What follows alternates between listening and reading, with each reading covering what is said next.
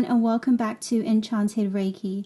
So in today's video, I'm going to be answering some of your questions that you left for me on some of my older videos that I uploaded 3 years ago. For the majority of the questions that were asked underneath my videos, I did actually go ahead and answer those ones, but I noticed that I actually missed quite a few of them. So that's what we're going to do in today's video. I've got 6 questions right here that I didn't get to answer. Because these questions were asked quite some time ago, I'm going to omit the names of the people that asked the question just because it was a while ago. We're going to jump right in. There are only 6. And if you guys have any additional questions, feel free to leave them in the comment section below and I will answer them in another video at some point in the future. So the first question. I was just reading that origins of Reiki come from Tibet thousands of years ago and it was rediscovered by Usui. Does anyone have any more information on the origins of Reiki? Now, first of all, the word Reiki literally translates to universal life force energy. So there is no doubt in my mind that this universal life force energy was used by ancients hundreds, thousands of years prior to Usui, who actually only discovered or rediscovered Reiki, it was about 100 years ago.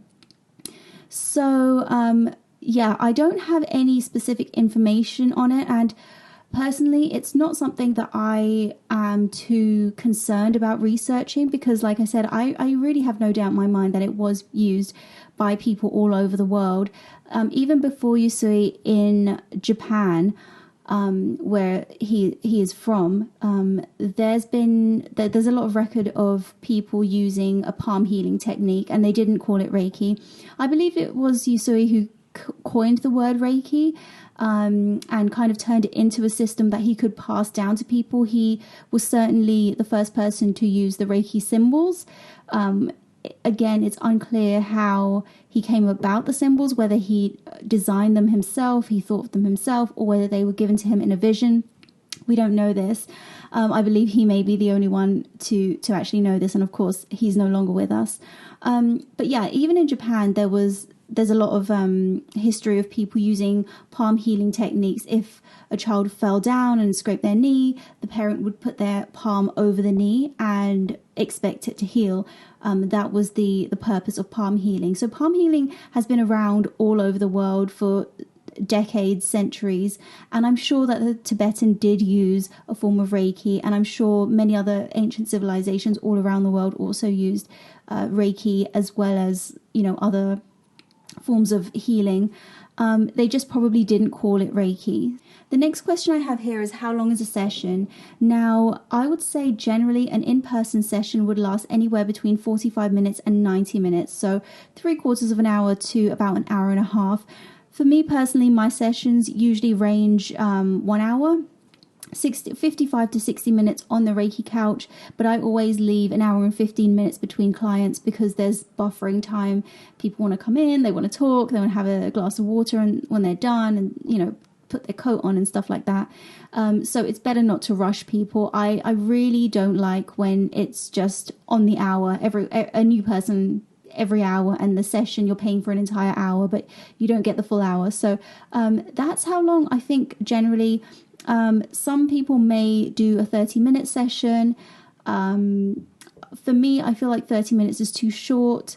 45 minutes is probably the minimum that I would go for, but about 55 to 60 minutes is a good time. 90 minutes can work as well, as long as the practitioner themselves is comfortable.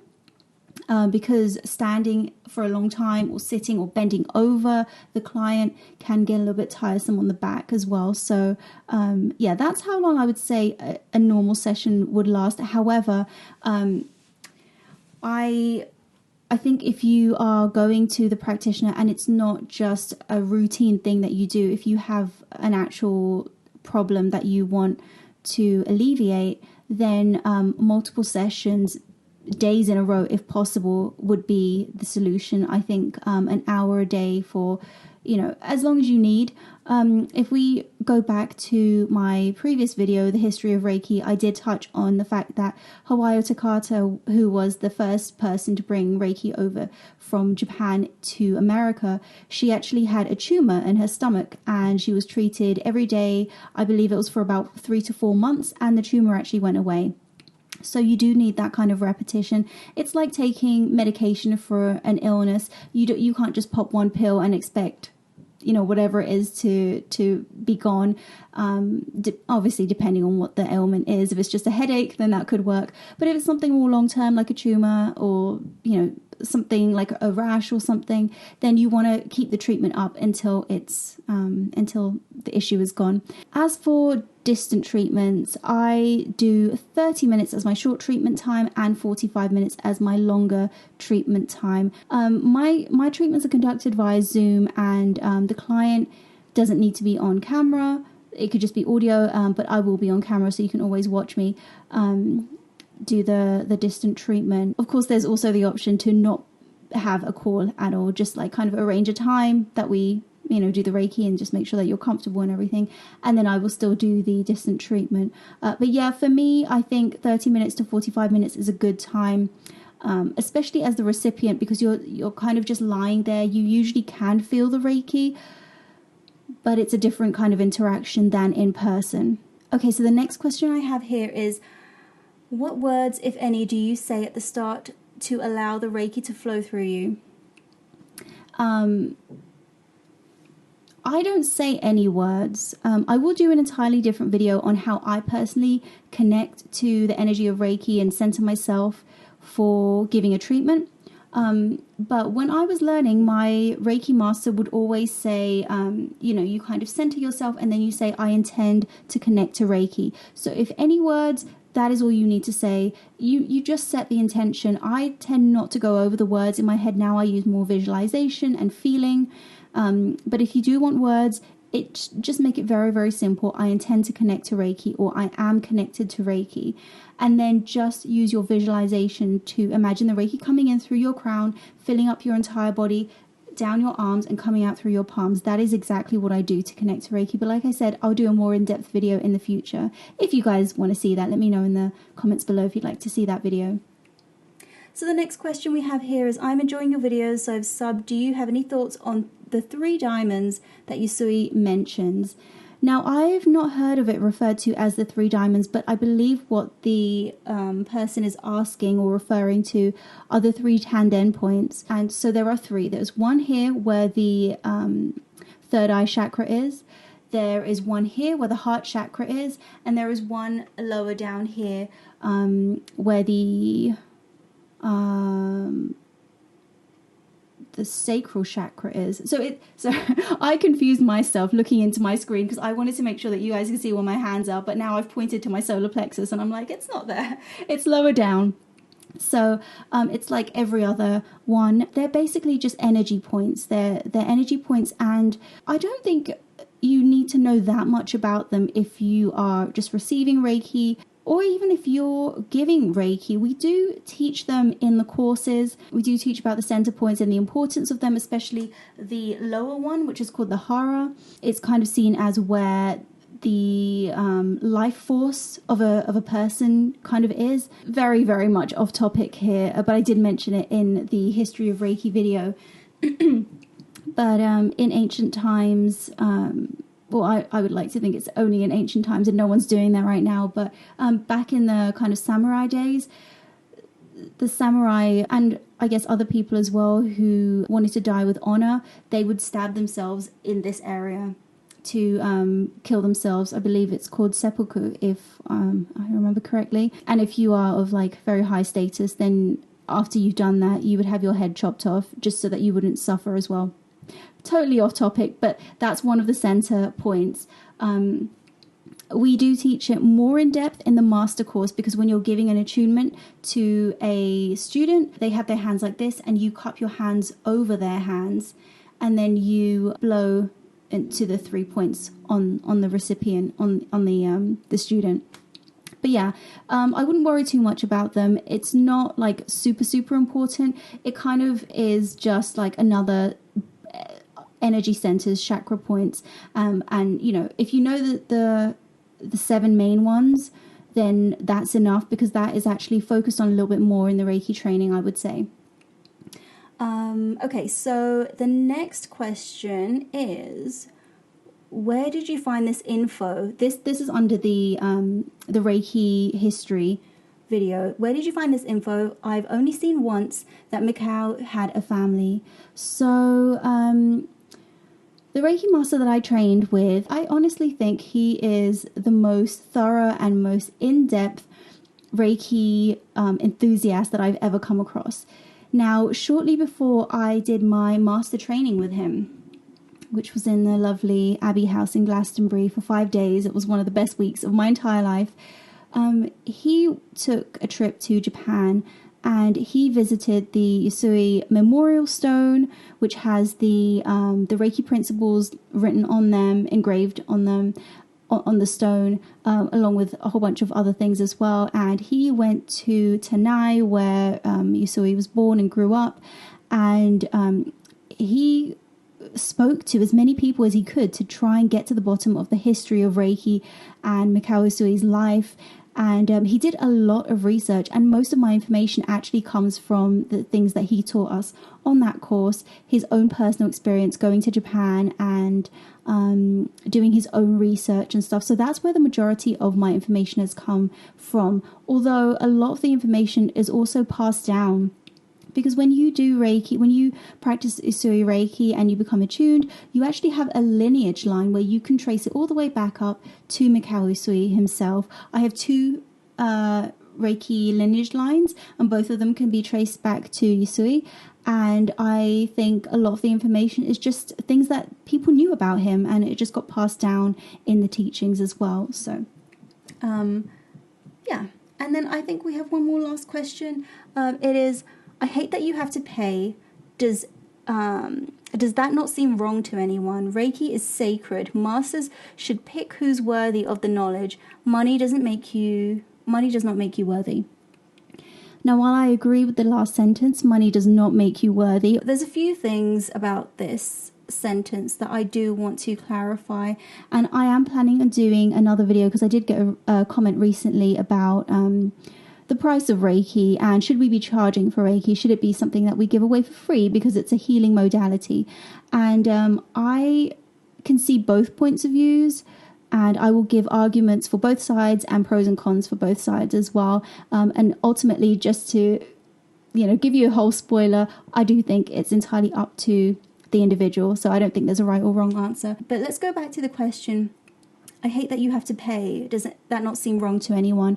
I'm just going to touch on this. If you go, I feel like I'm going to repeat this in the video, but if you go to someone and get your Reiki from them for free, 9 times out of 10, it's not going to be as good as when you go to someone who charges for Reiki. Now, hear me out. Maybe it's not 9 times out of 10. Maybe it's a lot less than that. Maybe it's half the time.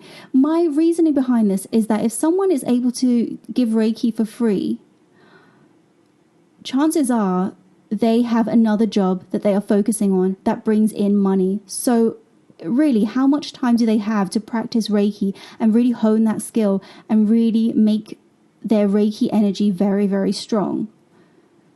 Whereas when someone is charging for Reiki, let's assume that they don't have any other job and that is what they do for a living. All of their free time is going to be spent practicing Reiki. And even if they don't practice Reiki in their free time, the fact that they are charging, they get more and more people coming to them in order for them to be able to make a living out of Reiki. And therefore, they just naturally will get more practice. That is one argument. I know some people are going to disagree with that. And of course, I kind of disagree with that as well, because like I said, that's only going to be half the time. And that's a very simplistic answer. But I do have opinions to both. It's not to and fro. It's for and against charging for Reiki, because I do think a lot of the time it should just be given for free. But a lot of the time I totally understand when people charge. I think it is unreasonable and irresponsible to charge too much for Reiki. At the same time, it can also be quite irresponsible to start a Reiki business or a Reiki even if it's not a business, like a side hustle, I don't know what you would want to call it, and charge very, very little, because then the people that are doing Reiki seriously for a living are just not going to get any clients. And these are people that want to do it for a living. And then the other comment in this sentence, Reiki is sacred. Masters should pick who's worthy of the knowledge. Now, I have to say I completely disagree with this. Reiki is sacred, but a lot of other things are sacred as well. Reiki is a form of healing, and I think everyone should be entitled to learn how to heal themselves and how to heal others. And I think if you can make that available for free, then that's great. If you need to charge some money so that you don't have to go off and do another job, so that you have more time to hone your Reiki skills and get really, really good at what you do, then so be it. I think that waiting for a master to choose you and pick you isn't necessarily the best idea. I think if you feel called to do Reiki, then you should go and seek a master yourself. And just because someone is a Reiki master doesn't necessarily mean that they're a good person. So we need to remember this, and doesn't automatically entitle them to say, okay, this person should learn Reiki and this person isn't allowed to learn Reiki. I think Reiki should be very inclusive, and it should be available to everyone. If it can be taught for free, then I don't see what the problem is, as long as the person doing the teaching, the master, isn't suffering from that, and as long as it's not having a negative effect on the Reiki community as a whole. Like, if we all agree as Reiki masters and Reiki practitioners that we do need to charge for this because of the world that we live in right now, we need to pay bills, we need to put food on the table, and we need to be able to make a living. And a lot of people want to do Reiki as a full-time job. And if you think about it, I mean, there are people out there who have other life skills, life-saving skills as well, who charge money. Doctors, nurses, I mean, they're not working for nothing. They're getting paid. And if you live in the UK, yes, we have the NHS, which is paid for through our taxes, so we don't feel the real burn of the bill. It may seem like, okay, but we're getting it for free. And so going to a Reiki practitioner in a private setting may seem like, well, why isn't this on the NHS? Why isn't this free? So you may get kind of spoiled for that, but you have to remember these nurses and doctors and other physicians, they do get paid. Everyone gets paid. So why should a Reiki practitioner not get paid? I feel like I've gone completely off topic because I wanted to save all of that for the next video, but that was all the questions. Like I said, guys, leave any additional questions or video requests in the comments section below, and I will do another one of these Q&A videos for you guys whenever I can. The next video coming up is going to be next Sunday, so make sure you stay subscribed, and have a good week, guys. I will talk to you next week. Bye.